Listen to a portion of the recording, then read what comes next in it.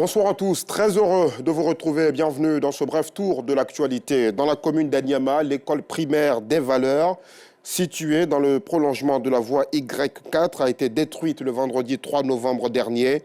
Cette destruction survenue en pleine rentrée scolaire suscite l'inquiétude des élèves et de leurs parents. Soucieuse de la situation, la direction générale aménage un bâtiment pour la reprise des cours, chose qui ne fait cependant pas l'unanimité chez les parents d'élèves. Ils se plaignent déjà des conditions de sécurité et d'apprentissage de leurs enfants. Un constat sur la ruine de ce bâtiment de Justin Kwasi, commenté par Acitan Diarra, à voir à 19h30. Nous irons dans l'édition de ce soir au carrefour Mondoukou, situé sur l'axe menant à la ville historique de Grand-Bassam. Il ne se passe pas une minute sans qu'une voiture ne s'arrête à un espace apprêté par des femmes pour vendre des noix de coco sous forme de jus ou de lait de coco ou encore d'amande.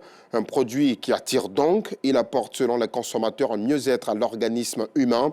Aux vendeuses et aux vendeurs, ce produit leur permet d'avoir la pitance quotidienne et scolariser leurs enfants. C'est un reportage de Théodore Zouzou, Clément Bocco et Gilles Tonien à voir ce soir. Et puis, la Société ivoirienne de l'imagerie médicale a organisé, en prélude à la Journée internationale de la radiologie, la deuxième édition de son activité de retrouvailles, des activités de retrouvailles annuelles placées sous le signe de la sensibilisation à l'activité sportive, gage du maintien d'une santé efficace. C'était au Parc national du Banco ce dimanche 5 novembre 2023. Nous en ferons le point dans la grande édition à 19h30 avec Yacouba Koulibaly et Joël Gossé. Et pour finir, la médiation du Qatar sur la possible libération d'otages détenus par le Hamas porte sur 12 otages pour moitié des Américains en échange d'une trêve humanitaire de 3 jours. L'annonce a été faite par une source proche du Hamas à Gaza, à l'agence France-Presse.